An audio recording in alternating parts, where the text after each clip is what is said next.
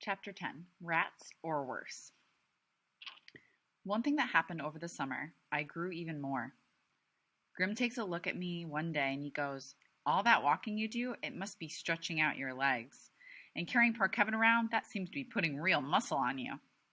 He's not that heavy, and anyhow, it's not fair everybody always says poor Kevin just because he didn't grow.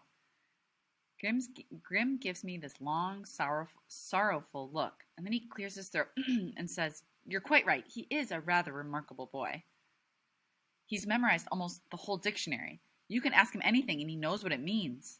"You don't say," Grim says. And he has this smug look, like maybe Freak is lying, and a total goon like me would never get it. And I want to tell him he's wrong about Freak and the dictionary. But instead, I just shut my face and go down under. Grim, he's okay sometimes, like when Tony D chased us into the pond. But most of the time, he thinks he knows everything, which he doesn't. And if you don't believe me, look under Grim in the dictionary. It sure doesn't say a smart grown-up. No way. So I'm hanging out down under, listening to some of my thrash tapes on the fake Walkman I got last Christmas. Which a Walkman is like the really old version of an iPod. When Freak pops up on the side of my bed, because of the headphones and the volume being pumped on up to the mega decibel, I never hear him come in. He's just suddenly there, like, whoa! And I'll bet I jumped about a foot.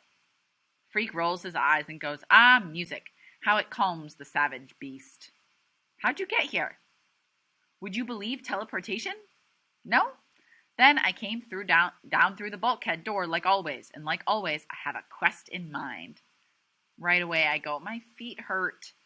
"We don't have to leave this neighborhood." "Cool. What kind of quest is it?" Freak grins. "A treasure hunt. Except we don't really have to hunt because I already know where the treasure is." "Where?" "Underground," he says. "Specifically in the sewer." "Yeah, right," I say, and sit back down on the bed. Freak is looking at me sideways, and I can tell he's not telling me everything, which he almost never does. Not all at once. "Truth," he says. "The treasure is hidden in a storm drain. This has been confirmed by visual observation." "Treasure in a storm drain? You mean like gold and diamonds and stuff?" "Possibly," he says, acting mysterious. "Anything is possible. The deal is, we have to wait until night so no one can see us messing with the storm drain. Not just night," Freak says. We need to do it at exactly 3 in the morning. Optimum darkness occurs at 300 hours, he says, looking at his new watch his mom gave him, the kind that tells you the time it is in Tokyo, just in case you're wondering. "We must dress in black and cover our faces with soot." For the next couple of hours, we try to find soot, but it turns out you need a fireplace for soot, or at least a chimney. So Freak finally decides that my idea about using regular dirt will have to do. "I've got black dungarees," I say, "but no black shirts. Can I wear a dirty shirt?"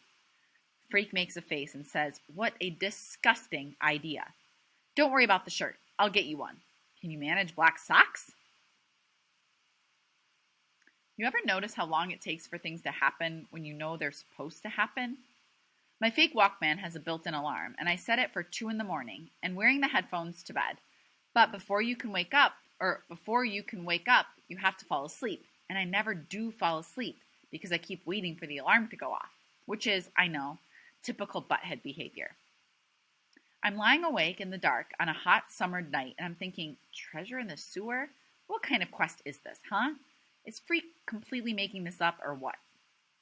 Meanwhile, there's this cricket making this creaky cricket noise that normally is okay, except when you're trying to fall asleep, then it is not okay. And you want a big can of Raid, send it to Disney World or Insect Heaven or whatever it is that dead crickets go. Question: how come Freak knows about this stuff in the storm drain? Question: how come we have to put dirt on our faces? Question: how come 3 in the morning? Question: how do crickets live? Finally, I give up on the first 3 and work on the cricket problem. But the little critter is pretty clever. It stops cricketing whenever I get too close, and I never do find it and squash it with my shoe, which I swear I'm ready to do, even if crickets are supposed to be harmless. And then after almost forever, it gets to be 2:30 and I figure that's close enough. I'll go up and wait under Freak's window like I promised. There's no moon. The sky is dark and empty, and the backyards are so lonesome it feels creepy and exciting. The truth is, I've never been out alone at this time of night. I only fall down a couple of times, which isn't bad considering how hard it is to see. When I get to Freak's bedroom window, he's waiting for me. You should like a car wreck, or you sound like a car wreck, he says. Here. You better put on this shirt so you don't glow in the dark. Out the window, he hands me this silly-feeling shirt. Hey, wait a minute. This is your mom's blouse.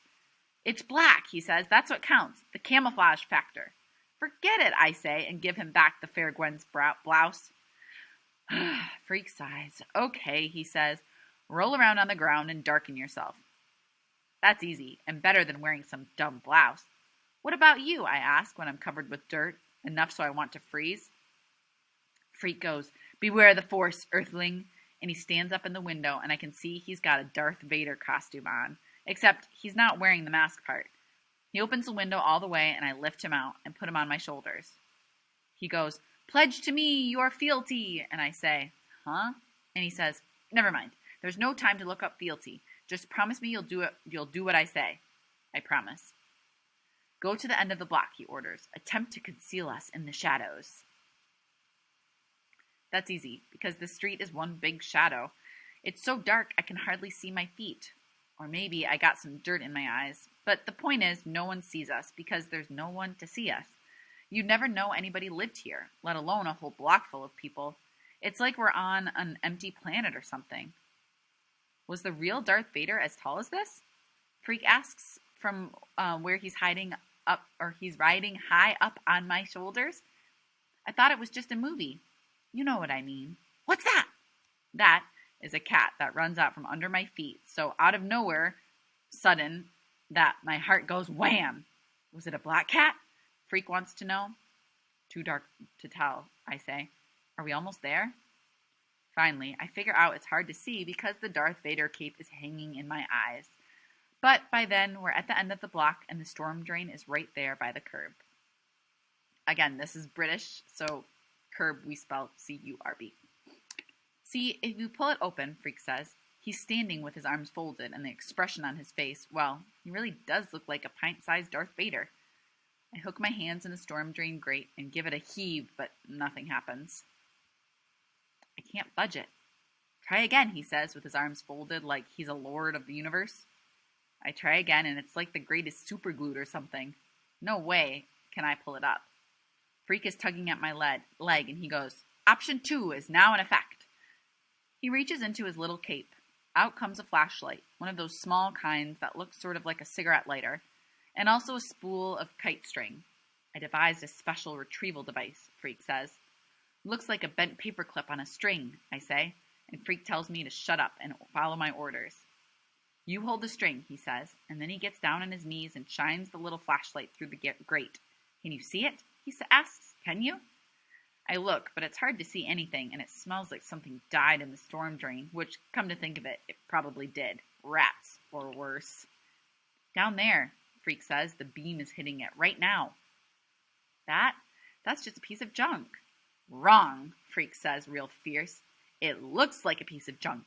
It may very well contain fabulous wealth. Drop the line down and see if you can hook it. I'm thinking, boy, what a butthead. Rolling in the dirt for this little Darth Vader so he can play pretend games in the middle of the night. But I do what he asks. I drop the hook down, and much to my surprise, it actually hooks into something. And when I pull it up on the kite string, I can see what it is. A purse, I say. Looks like a grotty old purse. Careful, Freak says. Pull it up to the grate so I can grab the strap.